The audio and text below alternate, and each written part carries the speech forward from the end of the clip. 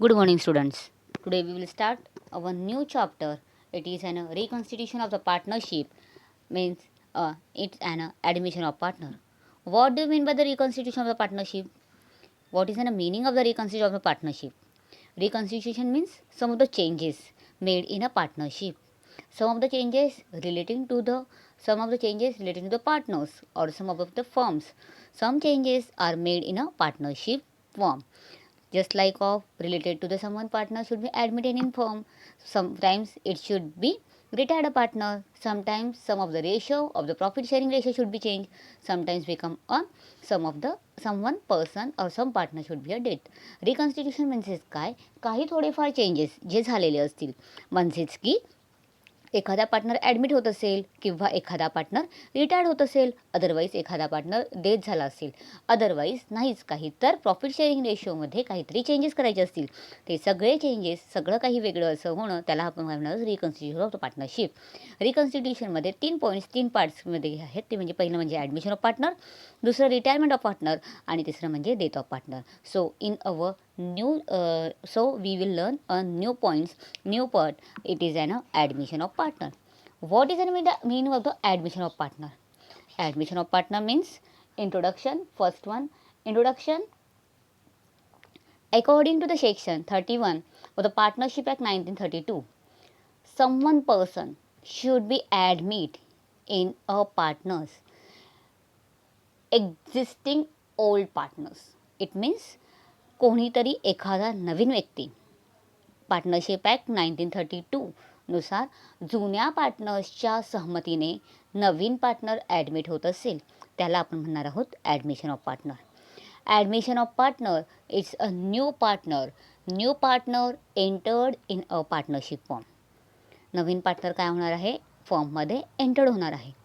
तो येताना काहीतरी कॅपिटल घेऊन येईल, आपल्या फॉर्मचे असलेले रेप्युटेशन गुडविलची अमाऊंट घेऊन येईल आणि त्याच पद्धतीने sometimes become it should be bring in a cash, sometimes become in a things, sometimes becomes asset, sometimes become any another things. काहीतरी वेगळे वस्तू वगैरे घेऊन येऊ शकतो किंवा कॅशमध्ये घेऊन येऊ शकतो आणि कॅपिटल मात्र घेऊन येणार. पार्टनर कधी एंटर होऊ शकतो, जेव्हा जुना पार्टनरच्या संमतीने जुने पार्टनर्स ओल्ड पार्टनर्स काय असणार आहे, ॲग्रीड असणार आहे to enter a new partner, त्या नवीन पार्टनर्सला एंटर करण्यासाठी. Why it is an a needed. Second point, it is an a need. Why it is an a needed, it should be a needed for the purpose to extend our business, to development needed in our partnership firm. Sometimes otherwise new partners are interested to do business along with us. Sometimes old partners are feel that someone should be admitted in our business and it should be developed or our new technology should be adopted in our business. काहीतरी नवीन एखाद्या पार्टनर्सला जुन्या पार्टनर्सला वाटत असेल की ह्या पार्टनरला आपण लोकांनी enter जर केलं बिझनेसमध्ये तर आपलं काय होऊ शकतं, त्याच पद्धतीने लेक्चर्स वगैरे. Overall, it is needed to improve the performance of the partnership firm, to improve our new business. New technology should be added, extend our business, new ability should be according to the new partner. त्यामुळे काय असणार आहे, तशी गरज असणार आहे. Next point, it is an new ratio. What is an new ratio? Naturally, new partner should be admitted in our business, means new ratio should be required to calculate. New ratio means काय करणार आहोत आपण, नवीन partner आल्यानंतरून profit sharing ratio काय असेल, नवीन पार्टनरचा sharing ratio त्याला किती profit द्यायचं असणार आहे, त्याला किती लॉस, त्याचा लॉस शेअरिंग किती असणार आहे, त्याच पद्धतीने ओल्ड पार्टनरचा किती असणार आहे, हे कॅल्क्युलेट करण्यासाठी न्यू रेशो काय करावं लागणार आहे, आपल्याला कॅल्क्युलेट करावं लागणार आहे. New partner admitted in a partnership form, profit sharing ratio should be existing partner changes. New पार्टनरने एंट्री केल्यानंतर काय होणार आहे, नॅचरली एक्झिस्टिंग पार्टनरचा प्रॉफिट शेअरिंग रेशो काय होणार आहे, चेंज होणार आहे. And it should be needed to calculate the profit sharing ratio according to the ratio of including new partner. For example, एखादा न्यू पार्टनर एंटर झाला, त्याचा 1/4 शेअर प्रॉफिट शेअरिंग रेशो असेल. Okay, 1/4 profit sharing ratio असेल तर 1 पार्टमधून 1/4 share तर new पार्टनरसाठी reserve झालेला आहे. राहिला आहे किती, मग उरलेला 3/4. तर 3/4मधून ओल्ड पार्टनर्सने घ्यायचा किती, 3:2 घ्यायचा, 2:3 घ्यायचा की किती घ्यायचा, ते कॅल्क्युलेशन करण्यासाठी आपल्याला काय करावं लागणार आहे, न्यू रेशो कॅल्क्युलेट करावं लागणार आहे. In the new ratio, it is in a formula is that the new ratio is equal to old ratio minus sacrifice ratio. Otherwise, it should be calculate old ratio into balance of 1. Balance of 1 मी आत्ता सांगितलं, एकामधून 1/4 भाग कोणाचा असणार आहे, तुमच्या नवीन पार्टनरचा. तर उरलेला किती आहे, 3/4. ओल्ड रेशिओ इंटू 3/4 म्हणजेच तुमचा 3/4 जो उरलेला पार्ट असणार आहे तो. ओके, न्यू रेशो कसा कॅल्क्युलेट करायचा आपण क्वेश्चन्स जेव्हा सॉल्व करू त्यावेळेस सांगितलंच जाईल. Okay, so it should be required to calculate the new ratio. New ratio सगळं आहे कशासाठी आपल्याला उपयोगी पडणार आहे. न्यू रेशो कशासाठी, गुडविल राईट ऑफ करण्यासाठी असेल. त्याच पद्धतीने त्यांचा नवीन पार्टनर एंटर केल्यानंतरून त्यांचा प्रॉफिट शेअरिंग रेशो काय असला पाहिजे हे कॅल्क्युलेट करण्यासाठी आपल्याला काय करावं लागणार आहे, न्यू रेशो कॅल्क्युलेट करावं लागणार आहे. Next point, it is an a sacrifice ratio. Sacrifice ratio, when a new partner entered in our partnership firm, all partners required to sacrifice of their share. त्यांना काय करायचं असणार आहे, त्यांचा शेअर सॅक्रिफाईस करून टाकावं लागणार आहे. तोच पार्टनर्सला काय करावं आहे, देऊन करावं लागणार आहे. त्याच्यामधून त्यांचा नवीन पार्टनरचा प्रॉफिट शेअरिंग रेशोनुसार प्रॉफिट काय करायला लागणार आहे, त्यांना प्रॉपरली न्यू रेशो कॅल्क्युलेट करावं लागणार आहे. Okay, so how it is an calculate the sacrifice ratio. Sacrifice ratio is equal to old ratio minus new ratio. Old ratio वजा न्यू रेशो तुम्हाला मिळणार आहे ते म्हणजे काय, sacrifice ratio. Okay, sacrifice ratio it means what, the ratio which is and why which is and required to sacrifice the old partners in entering a new partner. नवीन पार्टनरने admit केल्यानंतरून त्यांचं काय असणार आहे, जुने पार्टनर्स त्यांचा शेअर काय करणार आहे, सॅक्रिफाईस करणार आहेत. Okay, so next point, it is an a calculation of the goodwill. How the calculate the goodwill. गुडविलचे 2 पॉईंट्स तुम्हाला पुस्तकामध्ये दिलेले आहेत. एक म्हणजे ॲव्हरेज प्रॉफिट, दुसरं म्हणजे super profit method. Most of the time 75 to 80% goodwill amount directly given in our question. So not required to calculate the goodwill amount, but sometime becomes it should be required to calculate a goodwill. What will you mean by goodwill? You should be know that the goodwill म्हणजे काय मला माहितीच आहे. Benefits, name और reputation in our market, it should be converted amount in our money is non as a goodwill. हे आपल्या लोकांना पहिल्यापासूनच माहिती आहे. ओके, गुडविलच्या 2 पद्धती सांगितल्या आहेत. एक म्हणजे ॲव्हरेज प्रॉफिट मेथड आणि दुसरं म्हणजे super profit method. Average profit method म्हणजेच काय, समजा 3-4 वर्षाचं सोबत दिलेलं प्रॉफिट, 3-4 वर्षाचं सोबत दिलेलं प्रॉफिट किंवा लॉस, म्हणजे फॉर एक्झाम्पल पहिल्या वर्षी ₹2 प्रॉफिट झाला, दुसऱ्या वर्षी ₹4 प्रॉफिट झाला, तिसऱ्या वर्षी ₹6 प्रॉफिट झाला. 6 + 4 10 + 2 12 भागिले 3 म्हणजे ओव्हरऑल 3 वर्षाचं प्रॉफिट, ॲव्हरेज प्रॉफिट किती आहे आपलं, 4. ओके, तर त्याच्यामध्ये तुम्ही लोक कॅल्क्युलेशन करणार आहात. ॲव्हरेज प्रॉफिट काढायचं. ॲव्हरेज प्रॉफिट कसं काढणार आहात, पहिले total profit divide by number of years, मग तुम्हाला मिळणार ॲव्हरेज प्रॉफिट. आणि मग calculation of the goodwill is equal to average profit into number of years purchase. ते तुम्हाला कोण क्वेश्चनमध्ये दिलेलं असेल. जसं काही गुडविलची अमाऊंट मी सांगितलं तुम्हाला की मोस्ट ऑफ द टाईम गुडविलची अमाऊंट काय असणार आहे, तुम्हाला क्वेश्चनमध्ये दिलेली असणार आहे. The goodwill amount should be directly given in the question, but sometimes should be required to calculate the goodwill amount. So most of the time average profit method should be asked in our question, but it doesn't mean that the super profit method cannot be asked. Okay, so super profit method is also possible chances. जर क्वेश्चनमध्ये जसे जसे गुडविलचे जसे आपण question सोडू त्या क्वेश्चन्समध्ये जेव्हा जेव्हा येईल त्या पद्धतीने आपण मी तुम्हाला लोकांना शिकवेल की गुडविल कोणत्या पद्धतीने आलेली आहे, कसं कॅल्क्युलेट करायचं आहे. ओके, सो ॲव्हरेज प्रॉफिट मेथडचं मी तुम्हाला सांगितलं. काय करणार आहात पहिले तर म्हणजे फॉर्म्युला तुमच्या बुक्समध्ये आहेत, पेज नंबर 128-129 वरती. तर त्यानुसार तुम्ही लोक बघणार आहात. पहिले काय करायचं असतं, टोटल ॲव्हरेज प्रॉफिट दिलेलं असतं, टोटल प्रॉफिट कॅल्क्युलेट करायचं, भागिले किती वर्षाचं दिलेलं आहे ते, आणि नंबर ऑफ इयर्स परचेस किती सांगितलं असेल ते. सुपर प्रॉफिट मेथडमध्ये is same, it is average profit काढायचं, मग नॉर्मल प्रॉफिट कॅल्क्युलेट करून झाल्यानंतर सुपर प्रॉफिट, आणि सुपर प्रॉफिट कॅल्क्युलेट केल्यानंतर मग नंबर ऑफ इयर्स परचेस करून गुडविल.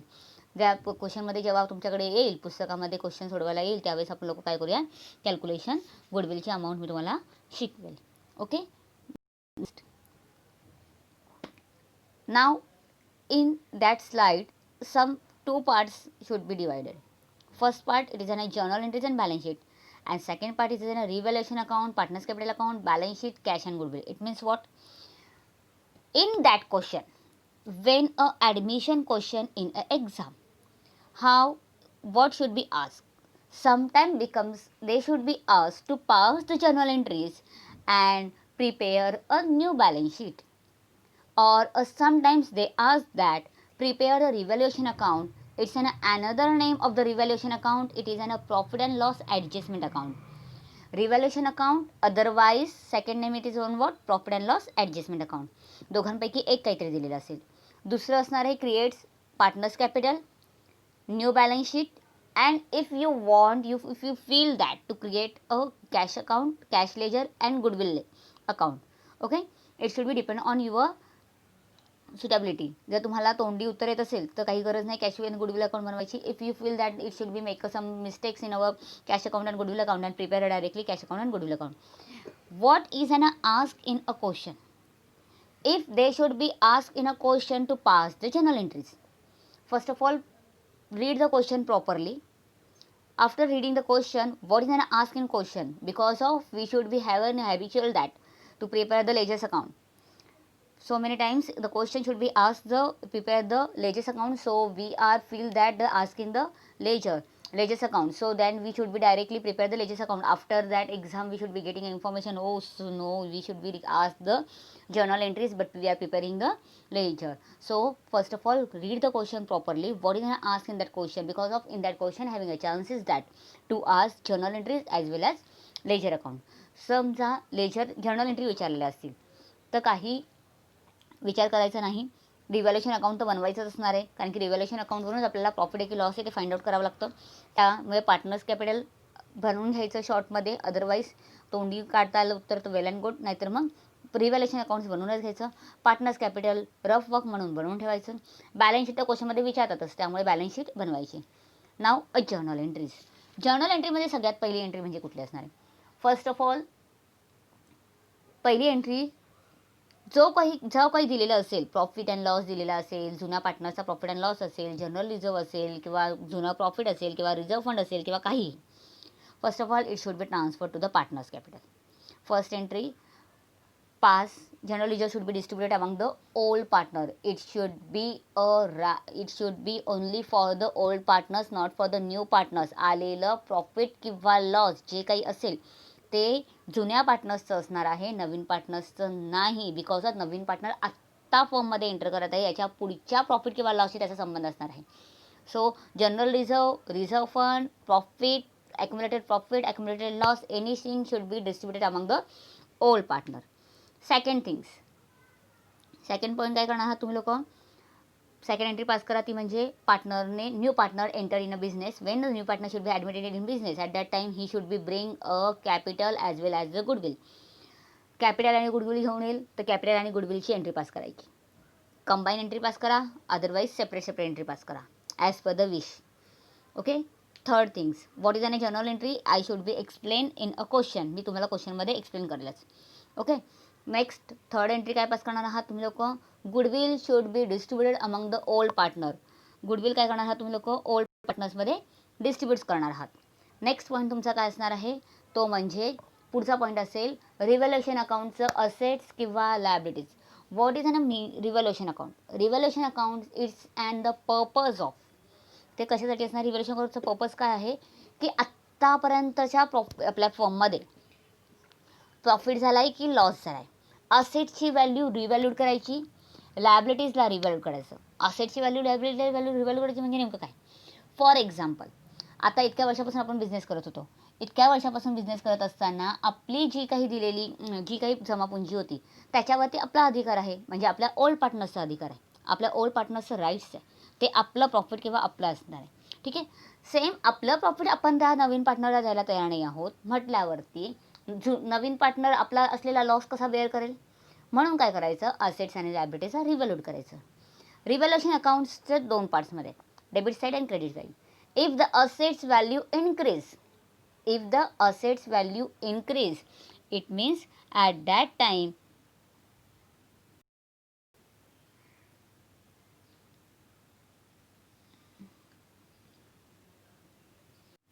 रिव्हॅल्युएशन अकाउंटच्या असेट्सची व्हॅल्यू तुमची इन्क्रीज झाली तर काय करायचं आहे, तुम्हाला क्रेडिट साईडला पोस्ट आउट करायचं आहे.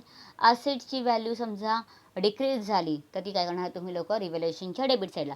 पुढच्या क्वेश्चनमध्ये मी तुम्हाला लोकांना पुढच्या लेक्चरमध्ये तुम्हाला लोकांना प्रॉपरली एक्सप्लेन करेल. फक्त जस्ट वरच्यावर एक नॉलेज वरच्यावर एक इन्फॉर्मेशन असावी म्हणून सांगते. ठीक आहे. Partners capital same it is. काय करणार आहात तुम्ही लोक, आपण कुठपर्यंत आलेलो होतो, जनरल एंट्रीपर्यंत. बरोबर. पहिले काय करणार आहात आपण लोक, वी शुड बी जमा पुंजी काय करायची, पार्टनर्सला डिस्ट्रीब्यूट करायची.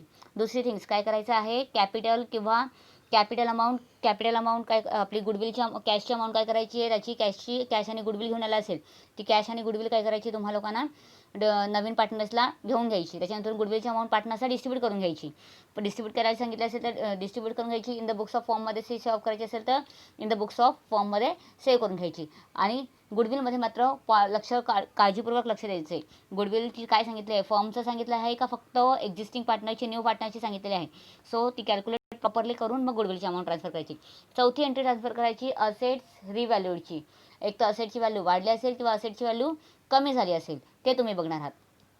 ठीक आहे. त्याच्यानंतर पुढचा पॉईंट असणार आहे तो म्हणजे तुमचा कोणता असणार आहे, आपला असेट्स व्हॅल्यू रिव्हॅल्यूड करून झालेले आहेत. नेक्स्ट पॉईंट तुमचा असणार आहे असेटची व्हॅल्यू इंक्रीज डिक्रीजची एंट्री.